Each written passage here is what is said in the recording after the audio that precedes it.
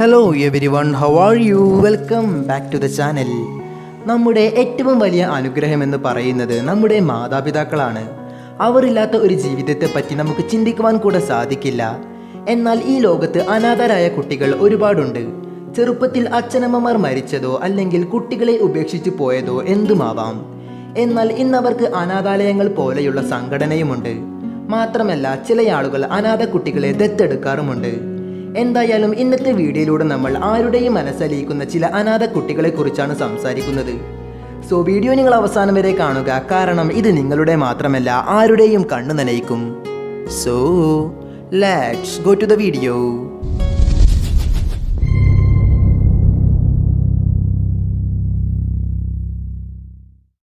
Number 10, baby Moses.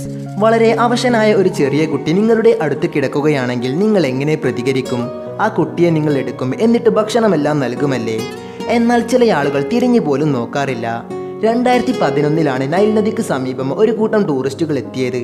എന്നാൽ അവരുടെ bus നിർത്തിയിട്ടതിന് സമീപം ഒരു കുഞ്ഞിനെ ആരോ ഉപേക്ഷിച്ചിരുന്നു. വളരെ അവശനായ അവൻ മരിക്കുമോ എന്ന് വരെ അവർ സംശയിച്ചു. എന്നാൽ ആ നല്ല മനസ്സുള്ള ടൂറിസ്റ്റുകൾ അവനെ ജീവിതത്തിലേക്ക് തിരിച്ചു കൊണ്ടുവന്നു. ഇന്നവൻ വളരെ ആരോഗ്യവാനായ ഒരു കുട്ടിയാണ്. Number 9, the Gilmore kids. ജനിച്ചു കഴിഞ്ഞ് ഒരുപാട് വർഷങ്ങൾക്ക് ശേഷം നമ്മുടെ യഥാർത്ഥ മാതാപിതാക്കളെ കാണുമ്പോൾ എത്ര സന്തോഷമുണ്ടാവും. അതുതന്നെയാണ് ഗിൽമർ കിഡ്സിനും സംഭവിച്ചത്. ജനിച്ച മുതൽ അവരെ വളർത്തിയത് ജാനിയൽ അബിയൽ എന്നീ ദമ്പതികളായിരുന്നു. എന്നാൽ അവർ ആയിരുന്നില്ല അവരുടെ യഥാർത്ഥ മാതാപിതാക്കൾ. യഥാർത്ഥ മാതാപിതാക്കളെ കണ്ടെത്തിയതോടെ അവർ കുട്ടികൾക്ക് വേണ്ടി ഒരു സർപ്രൈസ് ഒരുക്കി. അവർ ഡിസ്നിയിലേക്ക് ഒരു ഫാമിലി ട്രിപ്പ് പ്ലാൻ ചെയ്തു. അവിടെ വെച്ച് മിക്കി മൗസ് ആണ് അവരുടെ യഥാർത്ഥ മാതാപിതാക്കളെ പുറത്തുവിട്ടത്.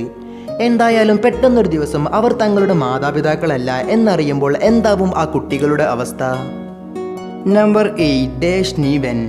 ഏതൊരു ദത്തുപുത്രനെ സംബന്ധിച്ചിടത്തോളം അവനൊരു ദത്തുപുത്രനാണെന്ന് അറിയുന്നത് തീർത്തും ഇമോഷണലാണ്.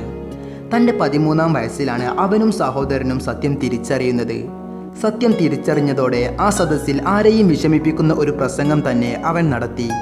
ആ പ്രസംഗം ഇപ്രകാരമായിരുന്നു: ഞാൻ എൻ്റെ ഫാമിലിയെ ഒരുപാട് സ്നേഹിക്കുന്നുണ്ട്, ഇതിനപ്പുറത്തേക്ക് എനിക്ക് മറ്റൊരു ലോകമില്ല എന്നായിരുന്നു ആ കുട്ടി അവിടെ വെച്ച് പറഞ്ഞത്. ഇത് കേട്ട് അവൻ്റെ വളർത്തമ്മ ഒരുപാട് സന്തോഷിക്കുകയും ചെയ്തു. കാരണം ആ കുട്ടികൾ അവർക്ക് സ്വന്തം മക്കളെ പോലെ തന്നെയായിരുന്നു. നമ്പർ 7, ഐവേ ജസുൽക്ക. ഒരുപക്ഷെ ദത്തെടുത്തില്ലെങ്കിൽ ഒരു കുട്ടിയുടെ അവസ്ഥ എങ്ങനെയായിരിക്കുമെന്നാണ് ഈ കുട്ടിയുടെ കഥ പറയുന്നത്. അവളും അവളുടെ 2 സഹോദരന്മാരും തൻ്റെ വളർത്തമ്മയോടൊപ്പമാണ് താമസം. അവൾ ജനിച്ച് 3 വർഷം സത്യം എന്താണെന്ന് മാതാപിതാക്കൾ അവളിൽ നിന്നും മറച്ചു വെച്ചു. എന്നാൽ പെട്ടെന്നൊരു ദിവസം അവളുടെ മാതാപിതാക്കൾ അവൾക്ക് വേണ്ടി ഒരു ഗിഫ്റ്റ് കൈമാറി. ഒരു കടലാസ് കഷ്ണത്തിൽ അവർ ഇങ്ങനെ എഴുതിയിരുന്നു: നീ ഞങ്ങളുടെ മകളല്ലെങ്കിലും നിന്നെ ഞങ്ങൾ ഒരുപാട് സ്നേഹിക്കുന്നു. ഇത് കേട്ട് അവൾക്ക് സങ്കടം ഒട്ടും സഹിക്കാനായില്ല. എങ്കിലും വർഷങ്ങൾക്ക് ശേഷം ഇവർ സന്തോഷത്തോടെ ജീവിക്കുന്നുണ്ട്. Number 6, tree and Keeling. ഈ കഥ തീർച്ചയായും നിങ്ങളെ ഇൻസ്പയറിംഗ് ചെയ്യും. ഈ 2 സഹോദരങ്ങളും അനാഥാലയത്തിലാണ് താമസിച്ചിരുന്നത്. എന്നാൽ തൻ്റെ മാതാപിതാക്കളെ കണ്ടെത്താനുള്ള ശ്രമം അവരെ TV റിപ്പോർട്ടിന് മുന്നിൽ കൊണ്ടെത്തിച്ചു.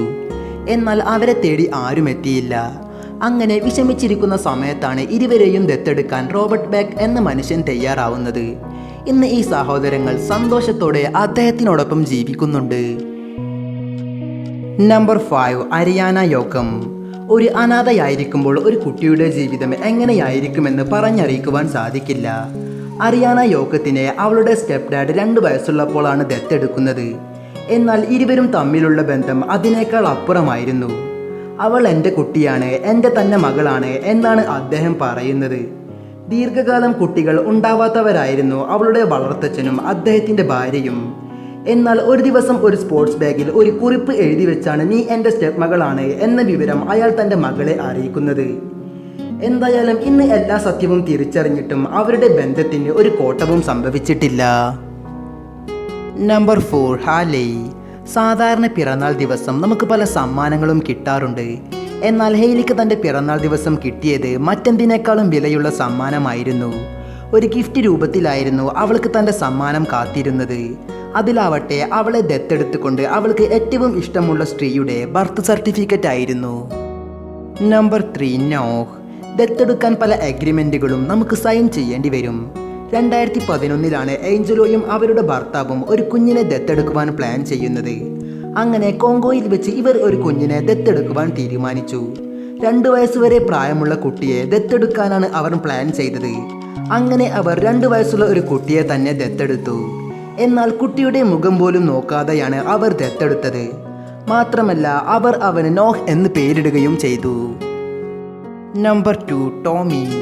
ചെറുപ്പത്തിലെ കഷ്ടത നിറഞ്ഞ ജീവിതത്തിന് ശേഷം സന്തോഷം നിറഞ്ഞ ജീവിതത്തിലേക്ക് തിരിച്ചു വന്ന കുട്ടിയാണ് ടോമി.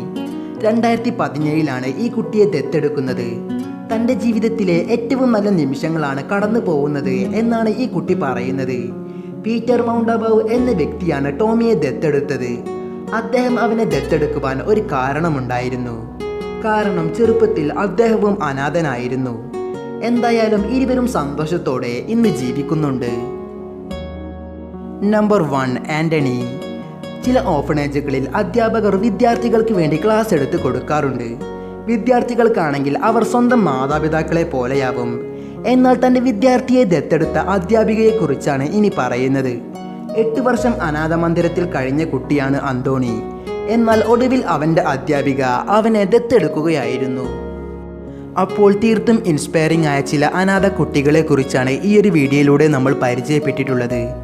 വീഡിയോ അവസാനിപ്പിക്കുന്നതിന് മുമ്പ് ഒരു കാര്യം, നമ്മുടെ നാട്ടിലും ഒരുപാട് അനാഥ കുട്ടികളുണ്ട്. അവരെ വളർത്താനോ ദത്തെടുക്കുവാനോ നമുക്ക് സാധിക്കില്ല. നമുക്ക് ആകെ ചെയ്യാവുന്ന കാര്യം അവരെ സഹായിക്കുക എന്നതാണ്. സോ അവരെ സഹായിക്കണം എന്ന് അഭ്യർത്ഥിച്ചുകൊണ്ട് ഈ ഒരു വീഡിയോ ഇവിടെ വൈൻഡപ്പ് ചെയ്യുകയാണ്.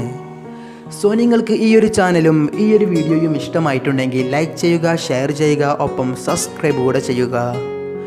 അപ്പോൾ മറ്റൊരു വീഡിയോയുമായി കാണുന്നത് വരേക്കും ബൈ.